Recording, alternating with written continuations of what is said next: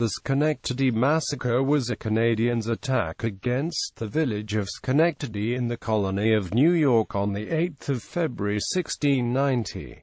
A party of more than 200 Canadiens and allied Mohawk, Sioux, and Algonquin warriors attacked the unguarded community, destroying most of the homes, and killing or capturing most of its inhabitants. 60 residents were killed, including 11 African slaves.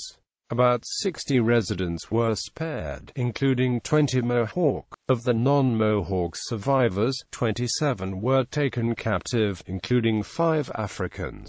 3 captives were later redeemed. Another 2 men returned to the village after 3 and 11 years with the Mohawk, respectively. The remainder of the surviving captives were likely adopted by Mohawk families in Canada. The French raid was in retaliation for the Schenectady Massacre, an attack by Iroquois forces on a village in Quebec. These skirmishes were related both to the Beaver Wars and the French struggle with the English for control of the fur trade in North America, as well as to King William's War between France and England. By this time, the French considered most of the Iroquois to be allied with the English in the New York colony, and hoped to detach them while reducing English colonial power. Background: in much of the late 17th century, the Iroquois and the colonists of New France engaged in a protracted struggle for control of the economically important fur trade in northern North America, known as the Beaver Wars.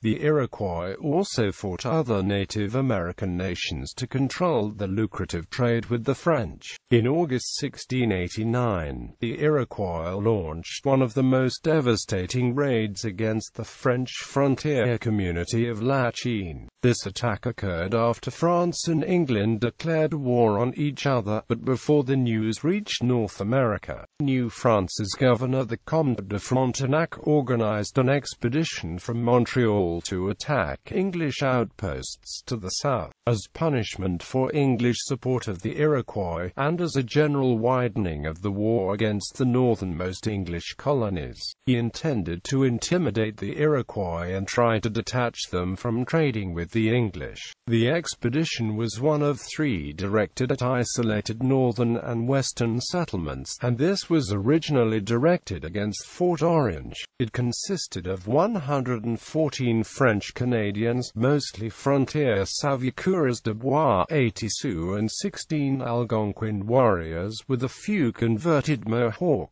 They marched the 200 miles overland in about 22 days. Taking Fort Orange would have been a major blow against the English. At what is now Fort Edward, the French officers held council on the plan of attack. The leaders were Jacques Lemoyne de Saint-Hélène and Nicolas de Bustamante. The second in command was Pierre Lemoyne d'Iberville, who founded Louisiana in 1718. The expedition made its way across the ice of Lake Champlain and Lake George toward the English communities on the Hudson River. They found Fort Orange to be well defended, but a scouting party reported on February 8 that no one was guarding the stockade at the small frontier village of Schenectady to the west. Its residents were primarily ethnic Dutch and they held numerous African slaves. Schenectady and Albany were so politically polarized in the wake of the 1689 Leisler's Rebellion that the opposing factions had not agreed on the setting of guards in the 2 communities. The village of Schenectady was located on a patent farm on the Great Flats of the Mohawk River, originally granted by the Dutch in 1661.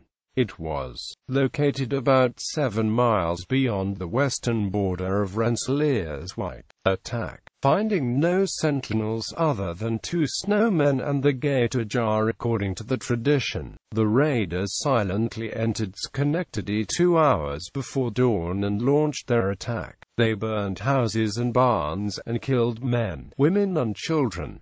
Most of the victims were in night clothing and had no time to arm themselves. By the morning of February 9, the community lay in ruins. More than 60 buildings were burned. 60 residents were killed, including 11 African slaves. The French noted that about 50 to 60 residents survived and that they had spared 20 Mohawk, so the native people would know the targets were the English settlements, not the Mohawk.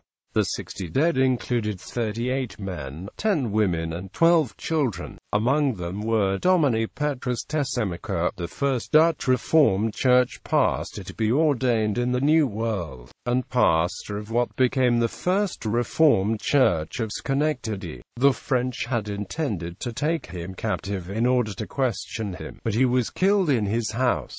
Renier Schaertz and a son were among the dead. Schaertz was the son of Gideon Schaertz, Domini of the Dutch Reformed Church at Albany. He was a surgeon who had been appointed justice at Schenectady by Governor Leisler on December 28, 1689. His wife Katharina Benzing and 3 other children, Gideon, Bartholomew and Agnatu, survived. Of those who escaped from the burning stockade area to seek shelter with families some miles distant, many died of exposure in the bitter cold before they reached safety.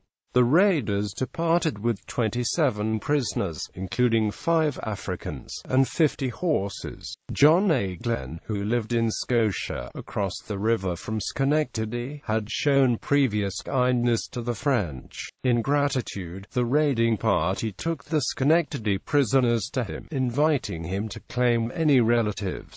Glenn claimed as many survivors as he could, and the raiders took the rest to Montreal. Typically those captives who were too young or old or ill to keep up along such an arduous 200-mile journey were killed during the way, as was the pattern in later raids in New York and New England. Many of the younger captives were adopted by Mohawk families in Canada. Some survivors had fled as refugees to the fort at Albany.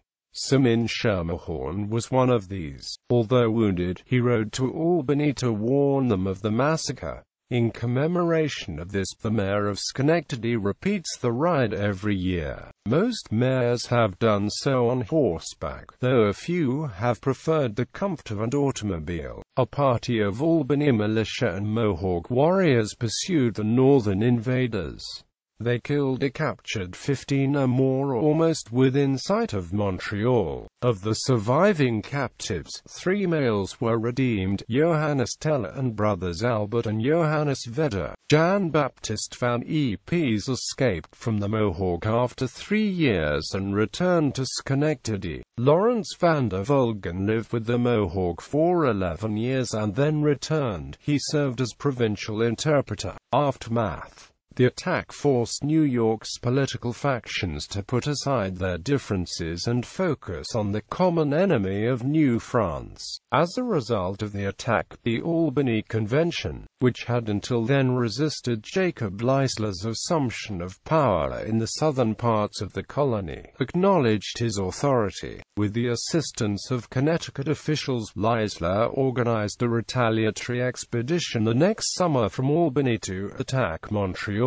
Led by Connecticut Militia General Fitz-John Winthrop, the expedition turned back in August 1689 due to disease, lack of supplies, and insufficient watercraft for navigating on Lake Champlain. Representation in culture. In 1990, the city of Schenectady commissioned composer Maria Richo Bryce to create a musical work to commemorate the tricentennial of the massacre. The resulting piece, Hearts of Fire, followed the lives of Schenectady townspeople through the seasons of 1689, set against the backdrop of the French march from Montreal to Albany. Though the settlers' losses were great in deaths and also captives taken, they elected to stay and rebuild, honoring the memory of the relatives.